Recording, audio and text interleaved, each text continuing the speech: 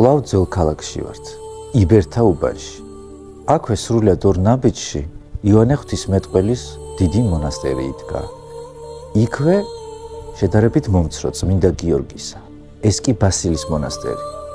სამწუხაროდ მონასტერს ვერ ვნახულობთ, რადგან შიგნით ახლა სასტუმროა გახსნილი, ხოლო მეორე ნახევარში მოსახლეობა ცხოვრობს. ტაძარი შენარჩუნებულია, თუმცა დაკეტილი. ისტორიული ცნობებით ჩვენ მხოლოდ ის ვიცით, რომ შედარებით გვიანდელ პერიოდში ამილახვრებს განუახლებიათ ეს მონასტერი. ალექსანდრე ცაგარელს ამ მონასტერში შესრულებული ხელნაწერებიც აღმოუჩენია, რაც იმაზე მეტყველებს, რომ აქ მწიგნობრობის კერაც იყო. ჩვენ ახლა ვეცდებით შეძლების დაგვარად გაჩვენოთ ის, რისი გადაღებაც ახლა შეიძლება ქართული მონასტრიდან. წმინდა ბასილის მონასტერი ახალ კარიბჭესა და დამასკოს კარიბჭეს შორის მდებარეობს, წმინდა ბასილის ქუჩაზე. მონასტერი როგორც ჩანს საკმაოდ ვრცელი ყოფილა, რადგან მის ნაგებობებში დღეს ხვდებით როგორც მცირე ზომის სასტუმროს, ასევე ცხოვრობენ ოჯახებიც. ეს ქუჩიდან შესასვლელია ბასილის მონასტერთან. ბასილის მონასტერი მნიშვნელოვან სტრატეგიულ ადგილზეც იყო აშენებული. ის ქალაქის ზედა ნაწილში იყო და შესაბამისად უფრო მეტად დაცული. ახლა ჩვენ ვუახლოვდებით ბასილის მონასტრის ეკლესიის ნაწილს. როგორც ხედავთ, აქ დამსვენებელთა მოსასვენებელი ადგილებია მოწყობილი, რომელსაც დღესდღეობით ერთი მეთვალყურე ჰყავდა მხოლოდ.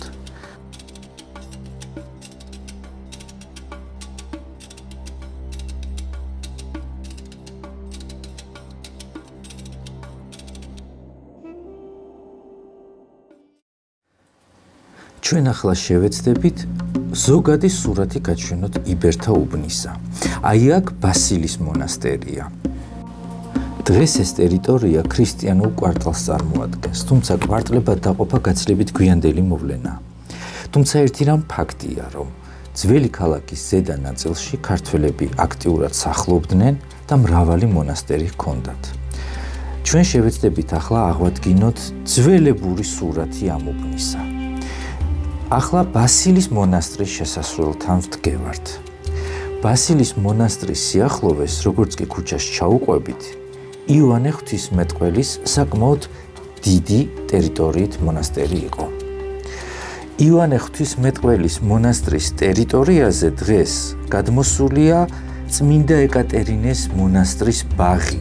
ანუ პრაქტიკულად იოანე ღვთისმეტყველის მონასტერი და წმინდა ეკატერინეს მონასტერი თითქმის ერთმანეთს ებმოდა.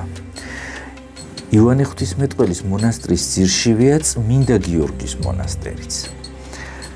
ქრისტიანულ კვარტალში ქართველებს საკმაოდ ბევრი მონასტერი თუ ეკლესია ჰქონდათ, მათ შორის აღდგომის ტაძრის კომპლექსშიც ცხადია.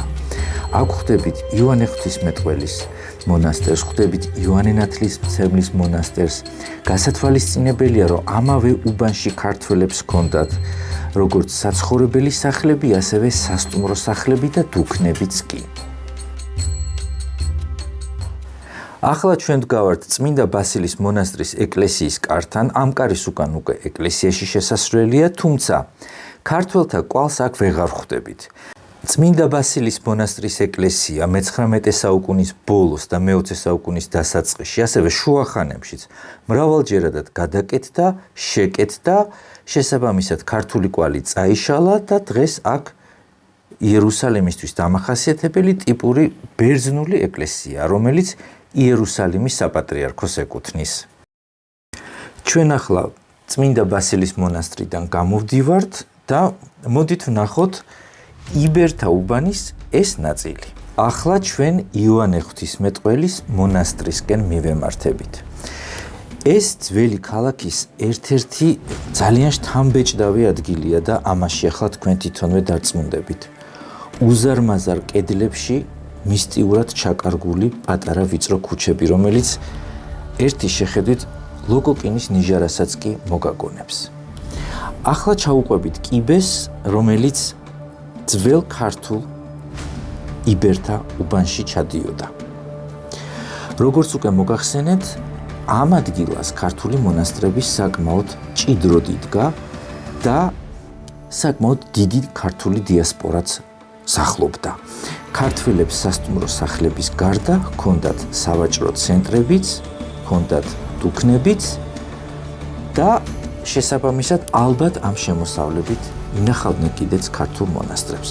როგორც ძველი ქართული წარწერებიდან ვიგებთ, მხოლოდ ზედგინიძეს 60 სახლი აუშენებია ქრისტიანულ კვარტალში. ეს საკმაოდ დიდი მაჩვენებელია ქალაქისთვის, რომელიც სულ რაღაც 1 კვადრატული კილომეტრია. ახლა ჩვენ აი ამ პატარა ვიწრო ქუჩით სწორედ იოანე ღვთისმეტყველის მონასტერთან ჩავალთ. ხოლო იოანე ღვთისმეტყველის მონასტრიდან იქვე წმინდა გიორგის ქართულ მონასტერს ვესტუმრებით.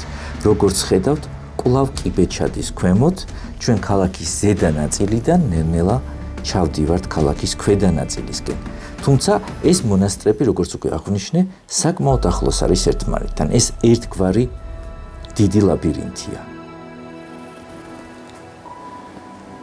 აი ეს ჭიშკარი დღეს სან სალვატორის შესასვლელია, რომელიც ადრე ქართული მონასტერი, იოანე ღვთისმეტყველის მონასტერი იყო. ამ ჭიშკრიდან შევდივართ სან სალვატორის ეზოში და შემდეგ უკვე ეკლესიაში. თუმცა, აი თუ კადრს დააკვირდებით, ახლა ჩვენ სულ რამოდენიმე საფეხურს ჩავივლით და კიდევ ერთ ქართულ მონასტერთან მივალთ. ეს გახლავთ წმინდა გიორგის ქართული მონასტერი. წმინდა გიორგის მონასტერი ძველ ქალაქში ქართველებს ორი ჰქონდათ. ერთი ეს, ხოლო მეორე ურია თუბნისა.